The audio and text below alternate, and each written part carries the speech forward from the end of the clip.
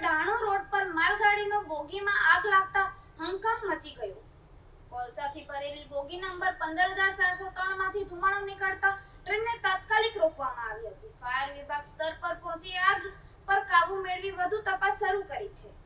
બારડોલીના સોનગઢ દાણો રોડ પર માલગાડીના બોગીમાં આગ લાગતા હડકંપ મચી ગયો હતો। ગુડ્સ ટ્રેનના બોગી નંબર 15403 માંથી અચાનક ધુમાડો નીકળતા ટ્રેનના કર્મચારીઓ સતર્ક બની ગયા હતા। ઘટનાની જાણ થતાં જ ટ્રેનને તાત્કાલિક રોકી રેલવે તંત્ર અને ફાયર વિભાગને જાણ કરવામાં આવી હતી। કોલસાથી ભરેલા બોગીમાં આગ વધુ ફેલાય તે પહેલા જ ફાયર ટીમ અને સ્થળ પર પહોંચી કામગીરી શરૂ કરી હતી। પાણીનો મારો ચલાવી આગ પર કાબુ મેળવવાનો પ્રયાસ કરવામાં આવ્યો હતો। આગના કારણે થોડા સમય માટે રેલવે માર્ગ પર અવરજવરમાં પણ અસર જોવા મળી હતી। પ્રાથમિક તપાસમાં કોલસાના ઘર્ષણ અથવા ગરમીના કારણે આગ લાગી હોવાની શક્યતા વ્યક્ત કરવામાં આવી રહી છે। સદનસીબે સમગ્ર ઘટનામાં કોઈ જાનહાની નોંધાઈ ન હતી અને હાલ વધુ તપાસ આગળ ચાલી રહી છે। મારું નામ અક્ષયભાઈ એમ ચૌધરી છે। હું બારડોલી ડિસ્ટ્રિક્ટ હેડક્વાર્ટરમાં ડ્રાઈવર કમ પંપ ઓપરેટર તરીકે ફરજ બજાવું છું। અમને મઢી રેલવે સ્ટેશનથી એક કોલસા ભરેલી ટ્રેનમાં સ્મોક દેખાયેલ છે એવો કોલ મળ્યો હતો।